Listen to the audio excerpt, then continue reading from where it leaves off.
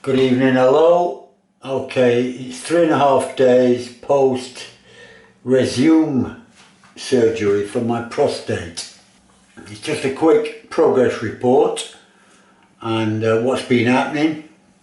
Rezum is a procedure, it's a steam procedure where they, I'm going to put this in blunt terms, they go down your penis, your urethra with a steam gun.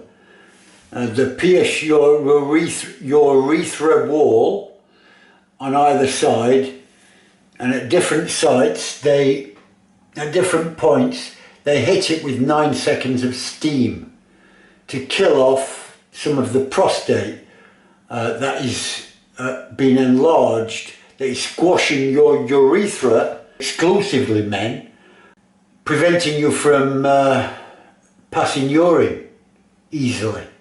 So my problem had been going on for quite a few years. I was booked in for surgery pre-COVID. As I explained, COVID hit, my surgery quite rightly got delayed and I've had to wait. And anyway, what happened was I got back on Saturday night. They got me back in double quick fashion. Very uncomfortable travelling with a catheter inserted, extremely uncomfortable because I had to travel by taxi and then you're squashed in economy flight back to Jersey. By the time I got here, my underwear were covered in dry blood. I was in discomfort and quite a bit of pain.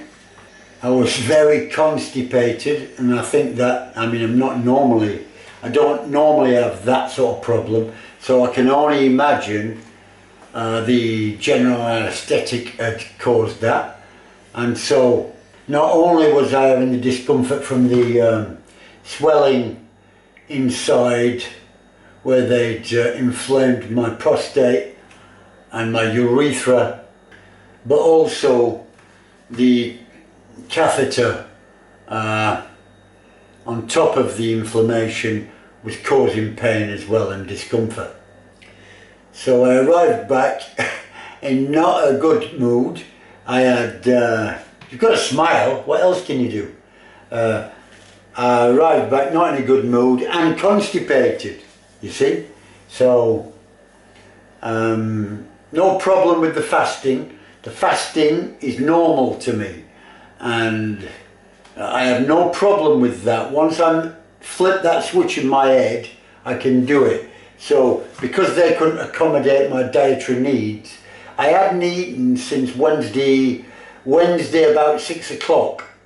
And I didn't eat until I got home too late Friday night. There's no way I was going to start stuffing food down me. I was already feeling quite bad. So I waited until Saturday morning. You'll see this on a clip of the video. I didn't eat till 11:15, 11 o'clock. It was lovely. I just had a light breakfast. I'm full on carnivore, as I've repeated. So I just had sea bass, 2 sea bass fillets, 4 poached eggs, and some saturated fat. It was absolutely lovely. Okay, now I've been a bit naughty. So Saturday passed, I was really uncomfortable again. Saturday night, Saturday daytime, the temperatures were, I don't know what you use, I use old money. So it was 77, 78, 79 degrees Fahrenheit, 25, 26 centigrade. So I was stuck indoors all day. I wasn't a happy bunny at all.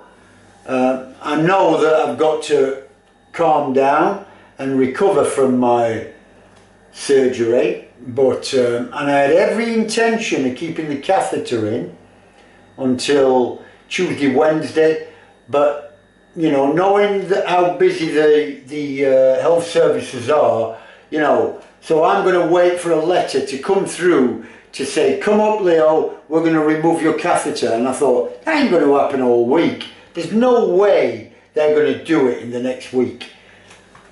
Sunday, today, I woke up I got back to my 1 meal a day, so no breakfast. Absolutely fine. I'm absolutely fine with that.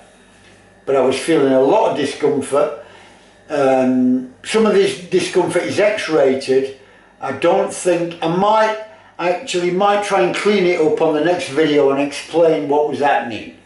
But I got to about lunchtime and I thought, I can't stand this anymore. It was boiling hot. I wanted to get out of the flat and out on my bike. I wasn't going to be silly, I wasn't going to do any exercises.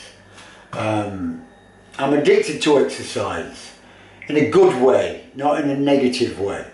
But of course, I do bodyweight exercises, but I wasn't going to do that. I still feel weak even now. So what I did was, I thought I've got to get this catheter out of me, because they're not going to accommodate me early next week. I know they're not going to. So I went onto YouTube. Found out how to remove the catheter. It looked very easy. It was easy.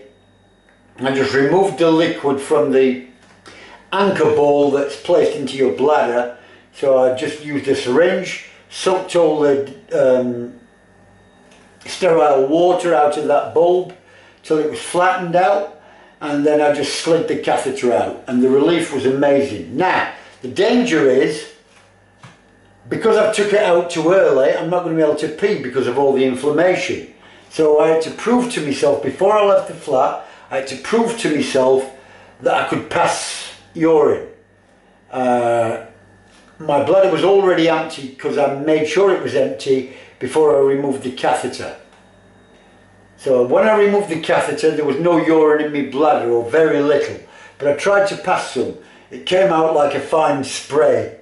Quite funny actually, but it proved to me that I could pass water. It was quite uncomfortable, it was stinging, but I thought, no, that ain't good enough. Wait another half hour, drink water, prove that you can pee properly. So I waited another half hour, drank a pint of water, went to the toilet. It was stinging as it was coming, as I was passing urine.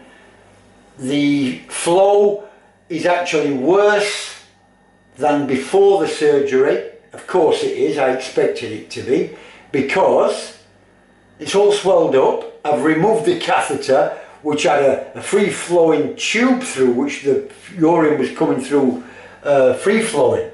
Now I've removed it, but it's still very swelled and inflamed, and so it was a fine stream of urine. It's still stinging when I'm passing urine. Went out on the bike, I enjoyed the sunshine. I had to go and see my friend Bob. He's up in a nursing home, and he wasn't expecting to see me for another week. As soon as he saw me, he burst out crying, which was lovely to see. He got very emotional.